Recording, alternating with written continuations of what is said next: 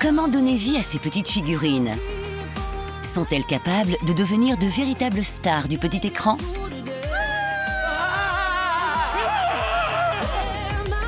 Eh bien tout ça, c'est possible, et même accessible à tous depuis chez soi grâce à la vidéo en stop motion. Bonsoir monsieur. Je suis Batman. D'accord, c'est pour quel film? Lego Batman. Le stop motion, c'est l'art de réaliser un film d'animation en donnant du mouvement à une série d'images fixes. L'animation est ici créée grâce au changement de position quasi imperceptible des figurines Lego.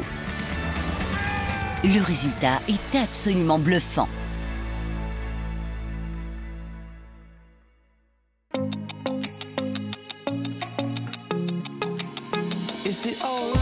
Dans la région de Strasbourg, dans l'est de la France, Maxime Marion est passé maître dans cette technique de réalisation. C'est sans doute l'un des meilleurs réalisateurs français en stop motion. Il a à son actif plusieurs dizaines de films. Son épopée dans cet univers l'a même amené à travailler pour la célèbre marque danoise. Moi j'ai travaillé pour Lego sur un projet de série qui s'appelle Les Aventures de Brickbeard.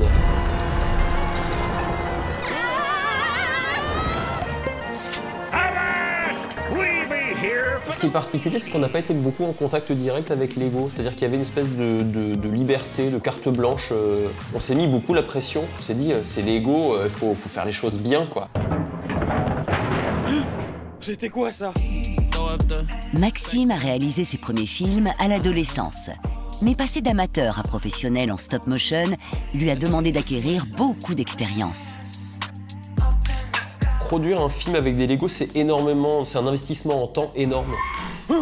C'était quoi ça? Ce qu'il faut savoir quand on fait de l'animation, il y a pas mal de jeunes gens qui veulent démarrer l'animation et qui me demandent des conseils et je leur dis toujours, ne prévoyez pas de faire un film de 5 minutes ce week-end. Parce que très souvent on se dit ouais, je pose mes personnages, j'anime, en fait c'est extrêmement long.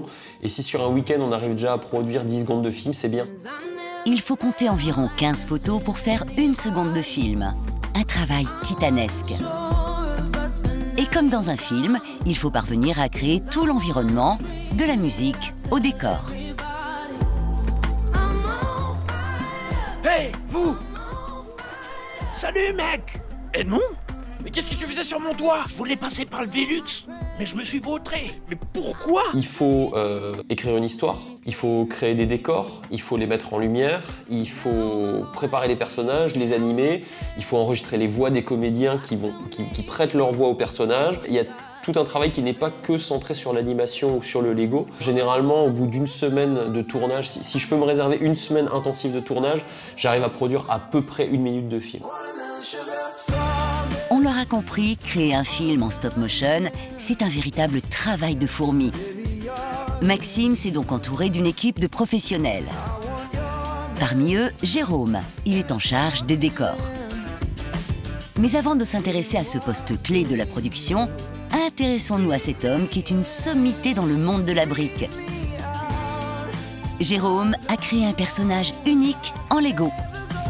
C'est Lego Goldman, c'est l'alter Lego de Jean-Jacques Goldman, le chanteur. Il fait des clips, il fait des chansons, il fait des petites choses comme ça. Alors il n'est pas aussi productif, il n'est pas aussi que le vrai, mais il le fait. Pour prolonger la carrière du chanteur français, il a eu l'idée de tourner le clip en stop motion de l'un de ses concerts les plus incroyables.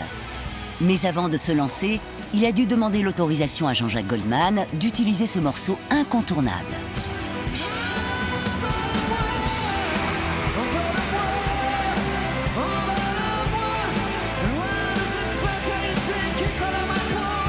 Une fois qu'on avait tourné le clip, je l'ai renvoyé à Jean-Jacques, donc complet, monté, tout avec le son, avec son son, pour qu'il me dise ok c'est bon ou non c'est nul, c'est naze. Et c'est là qu'il a trouvé ça génial. Épaté qu'il a dit.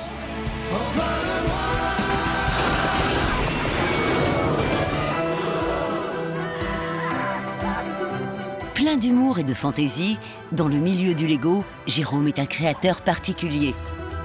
Ce clip, réalisé avec Maxime Marion, a connu un véritable succès. Depuis, ils ne cessent de collaborer ensemble.